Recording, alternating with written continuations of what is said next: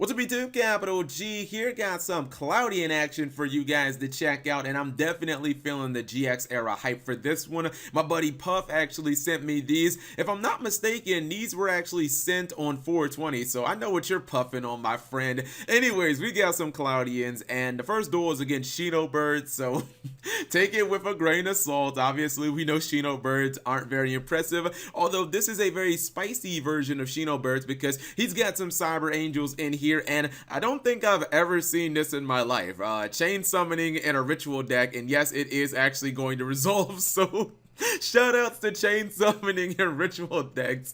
Oh, this is going to be a treat. You can see by the divine punishment and the Cloudian opening hand that he does run Sanctuary of the Sky. Obviously, for you to even resolve divine punishment or activate it, you have to have Sanctuary of the Sky face up. So let's go ahead and run it. And if you don't know what Cloudians are, I'm almost certain they're from GX. They have a lot of non-hard once per turn effects. Their removal is kind of mediocre, but they can't be destroyed by battle. That's where Sanctuary of the Sky comes in. So at least they got that. Can't put them in defense mode because they blow themselves up. He's gonna go for that Moray Agreed.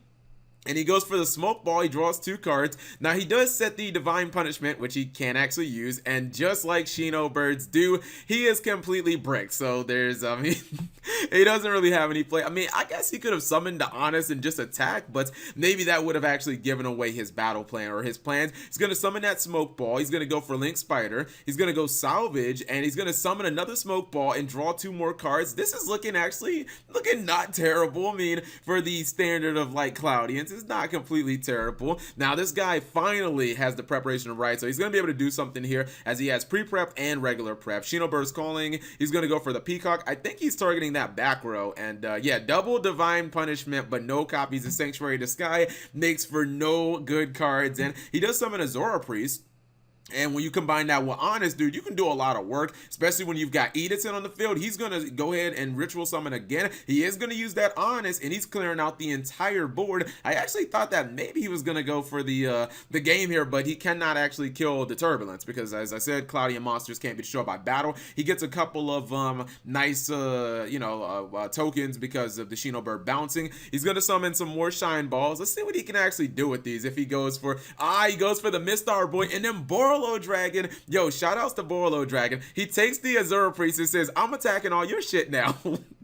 So he's actually losing his own Azura Priest. And the cool thing is, since Azura Priest happens to be a fairy, it gets the protection of Sanctuary of the Sky. So even if he can run it over, he's not going to take any battle damage. So that's actually pretty neat. And he does have the Borload, obviously. So let's see what Borload's going to do. He's going to try to cut down the Shino Bird. Oh, he loses Sanctuary of the Sky, so that didn't really help. He's going to go for Underclock Taker, and he is going to kill his own copy of Azura Priest, but I still like I generally am going to give the edge to whoever has Borlo Dragon on the field, because that is just a hell of a card. Goes into Link Karibo, which is incredibly smart. Link Karibo is just so good. I don't agree with trading the Link Karibo in for Gaia Saber, because I just feel like you already had enough offense on the board. Just keep stealing your opponent's monsters. Like, I don't really think that you needed any more offense. Cuts the token down just so he can go ahead and run it over, get Borload with a direct attack, and it's looking bad. This guy has too many ritual spells, or too many ritual monsters, not any spells, but he gets the Ritual Sanctuary to summon Angel, and now I think he's going to summon Natasha, and Natasha can actually give him life points, and he can start stalling at the same time. And check this out. Every time he's going to try and attack Natasha, even with Borlo Dragon, it's just going to be negated. So yeah, Natasha gets attacked, it gets negated. Borlo can't really take it because he's just going to keep negating. I told you guys a long time ago, Cyber Angel Natasha is actually broken. I love that card.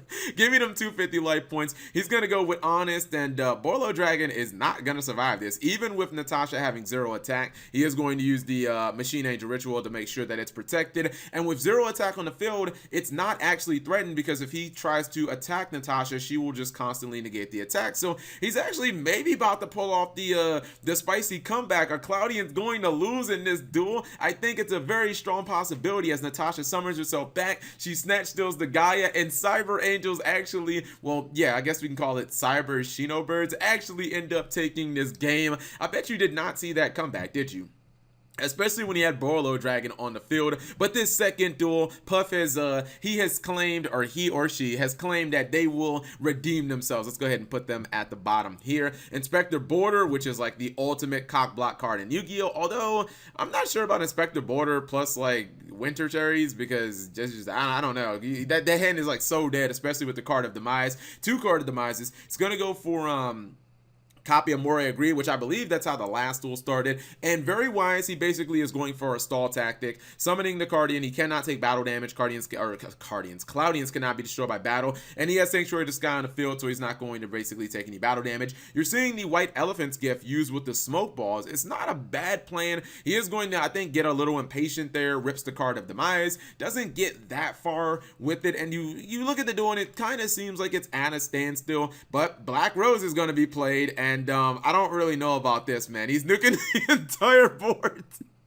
He's like, Cat G, I'm sick of stalling. I'm nuking the board. Get this out of here. Yeah, I feel like nuking your entire board with Black Rose is probably not how you win when you're playing Border Patrol. But he says, all good. I got another border cap. It's easy. Easy peasy. But he had another copy of Sanctuary of the Sky, so you still can't do no battle damage, bro. Let's see if he can actually get out of this. He can. He goes for Utopia. He's going to run over Inspector Border. I'm guessing that Fossil Dyne is probably going to be set. Oh, no, he drew the evac device, so now he has the perfect counter. And even if he had, like, Utopia the Lightning, doesn't matter, because obviously evac will work on all the Utopias. Oh, wait, I forgot he has the Divine Punishment. Remember how in Game 1 he had 2 that couldn't be used? Now you can see Divine Punishment putting in that work. He's got the Lucky Cloud. I don't know if that's going to do anything in this duel, but we will only find out. Another copy of Moray Agreed, maybe. Nope, summoning those smoke balls.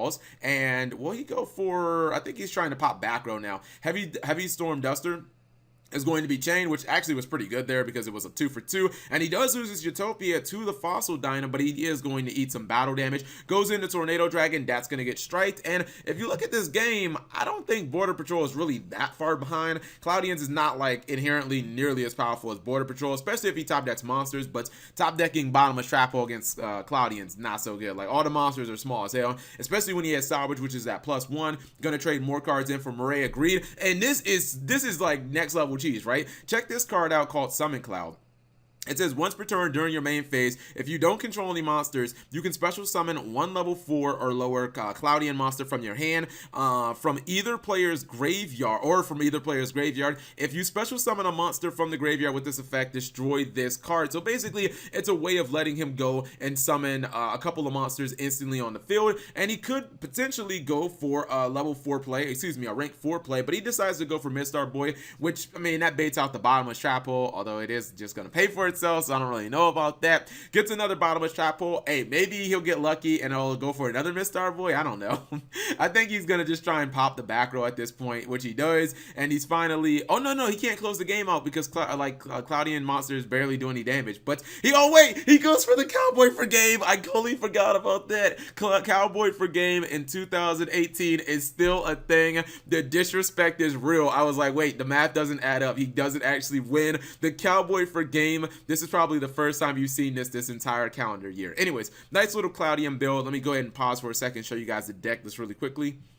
So this is what the deck looks like on paper, and I believe in the second duel I got way too mixed up with my Cloudian cards. I got too excited about this card, Summon Cloud, and I thought that it was Lucky Cloud. It's not that Summon Cloud's like a bad card or anything. It's essentially a mix of Valhalla and Monster Reborn kind of built into one card for Cloudians. If you don't have any monsters on the field, it lets you special summon a Cloudian monster from your hand or from either player's graveyard. I'm not exactly sure why it lets you special summon a Cloudian from your opponent's graveyard, as if there was going to be like a Cloudian mirror match ever. That's not gonna happen.